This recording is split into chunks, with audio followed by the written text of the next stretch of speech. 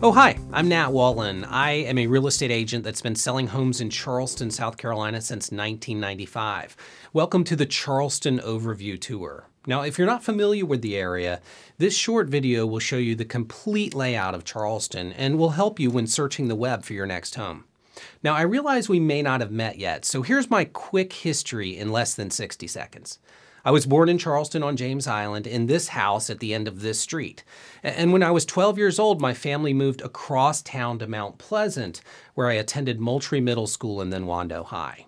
Now, my grandparents, they owned a cattle farm on Wadmalaw Island, which is beyond Johns Island, about 30 minutes south of Charleston. Now, growing up in Charleston was great because, well, I was able to spend time in the country and in town. Now, I went to the College of Charleston and got into real estate as soon as I graduated in 1995.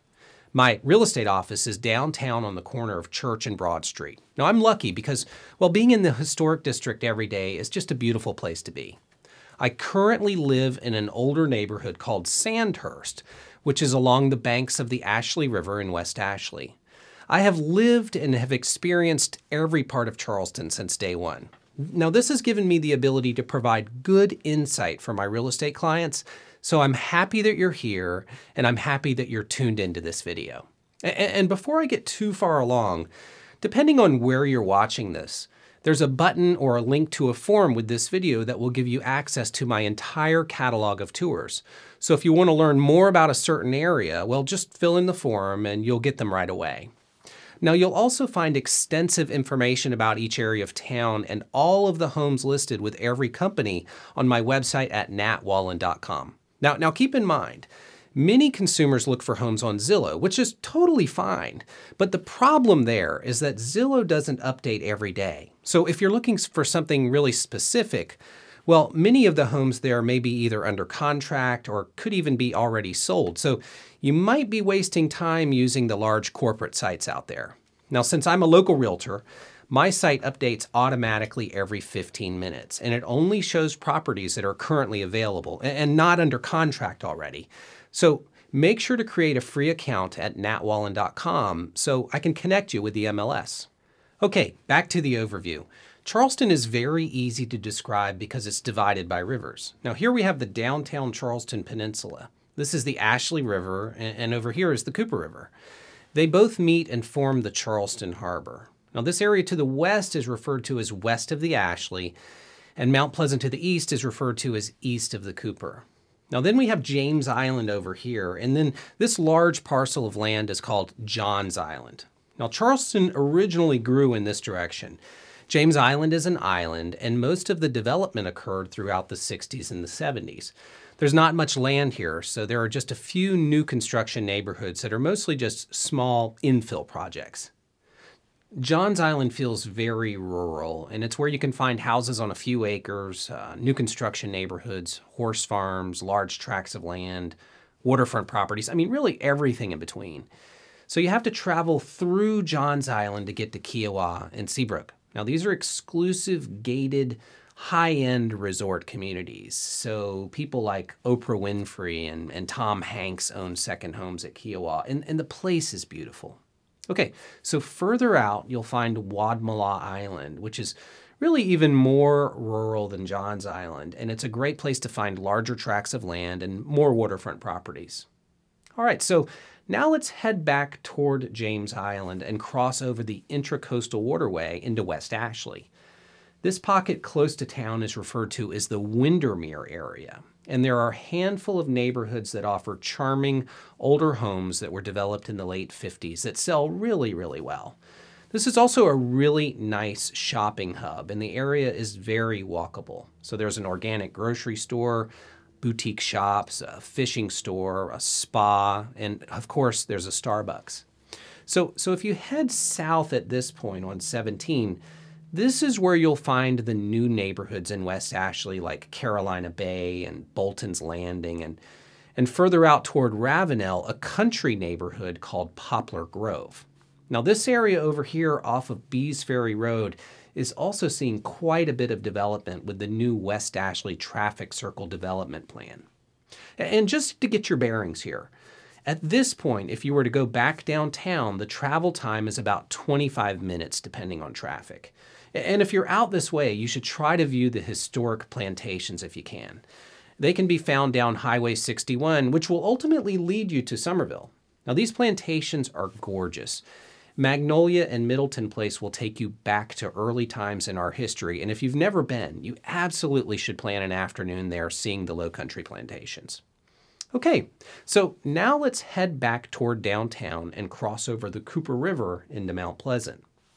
So this is the Ravenel Bridge. It's a big bridge. And the older bridges that were here during my childhood, well, they became unsafe. And in the early 2000s, they were taken down while this new span was being built. It was pretty incredible to watch over the 6 years it took to complete the project. And toward the end, they literally used dynamite to blow up the older bridges.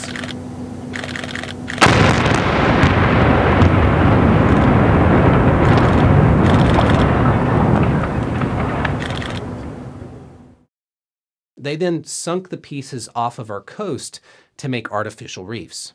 Now, having grown up east of the Cooper, I've seen significant changes in Mount Pleasant. It's newer than West Ashley and James Island because it was hard to cross the river at first. So the Mount Pleasant video tour, it'll go into much more detail. So for now, just picture Mount Pleasant as having 4 sections. This area off of Coleman is older and the most walkable part of town.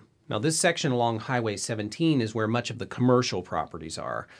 There's northern Mount Pleasant, where you'll find large communities like Carolina Park and Dunes West and Park West. And then there's this area off of Long Point Road. Now, this part of Mount Pleasant is popular because it has easy access to I-526, which is our half loop around Charleston that connects Mount Pleasant to the far side of town in West Ashley. So if you take 526, the first stop is Daniel Island. It's our newest area in Charleston, and before the 526 loop was built, it wasn't really very accessible. Originally, it was a hunting tract owned by the Guggenheim family, and when this bridge was built, it gave developers the ability to plan an entire town. Now, it's a really neat place, and when buying here, you're really buying into the entire community. There are many amenities, 20 plus miles of trails, and it's all very interconnected. So this is an area that cannot be found anywhere else in Charleston. It's very planned, and it offers plenty of family-oriented activities like concerts and professional tennis tournaments and just other events all year long. So you should definitely see it. Okay, so we've seen downtown, James Island, a little bit of Johns Island, West Ashley, Mount Pleasant, and Daniel Island. Now let's go back downtown and look at what's called the Upper Peninsula, or the Upper Neck. Now, there are several tech companies and restaurant hotspots popping up in this area. There are a few popular neighborhoods close to the Citadel, which is the military college, that sell very well, like Hampton Park and Wagner Terrace. Okay, so now let's move a little bit farther inland. Here you'll find some lower income areas and pockets that are on the rise. This is the original Old North Charleston, and it has a kind of a quaint small town feel. Now, if you are in this area, you should eat here at EVO. It's consistently voted as the best pizza place in Charleston, I should say. They use farm-to-table vegetables, and if you like wood-fired pizza, well, EVO is great. And the neighborhood surrounding this area, it's called Park Circle, and it's really become very popular. It's older, so many people buy and renovate because it's really just more affordable than downtown. Now, North Charleston, this is where you're going to find most of our industry. And back in 2008, Boeing moved into town to build their state-of-the-art 787 Dreamliner. This brought thousands of people to Charleston and has really been a great shot in the arm for our local economy. Now, there are many nice neighborhoods in this Dorchester Road corridor, and homes are pretty affordable here compared to other parts closer to town. So if you continue up Dorchester Road, you'll eventually connect with Summerville. Now, Summerville, it's growing very rapidly, and as far as affordability goes, Summerville is really a good place to land if you work in this area. Downtown Summerville is very charming, and it has a nice historic district. So if you come in the spring, you'll actually find blooming azaleas everywhere. It's really a nice place. I-26 is our main highway leading in and out of town, and it's the main line for the airport. So here you'll find an area called Hanahan, which connects with Goose Creek and beyond. Now, there's quite a bit of industry in this area. There's the Nucor steel plant and the new Volvo plant. Now, Goose Creek, it's very affordable compared to other areas. And as you get out of town, you'll find more rural options like Monk's Corner and Bono. Okay, so let's wrap up the tour with our coastline. The Charleston coast is made up of a string of barrier islands. They're less than a mile wide, and most of them are just a few miles long. I'll start north and I'll move my way down. So this is the Isle of Palms. On the very tip is a gated resort community called Wild Dunes. There are a few golf courses, hotels, high-rise condos, cottages, a marina, and a number of luxury homes here. It's a resort, so there are weekly visitors on vacation and, of course, full-time residents as well. It's a very, very nice place. Okay, so the main island, it's long and narrow, and Isle of Palms features beachfront homes on the Atlantic side and deepwater homes along the intracoastal waterway side. This island has a front beach strip with a good nightlife, and compared to other islands, you'll find lots of visitors here renting homes at a week or more at a time. Okay, so moving south, you cross the Breach Inlet Bridge. Now, do not swim here ever. It's very dangerous, and the currents have been known to pull swimmers under, so be careful. Okay, so this is Sullivan's Island. It's very different from the Isle of Palms. In fact, 70% of the island is unable to host short-term rentals, and overall, the island offers a more family-oriented experience. Edgar Allan Poe actually used to live here, and there are many streets and other things named after him, like Goldbuck Island. There's also a very popular restaurant called Poe's, which has pretty good food, but it's very, very busy, especially on the weekends. So accessing both of these islands is from the Mount Pleasant side of town. You can see a causeway here and also the Isle of Palms connector further to the north.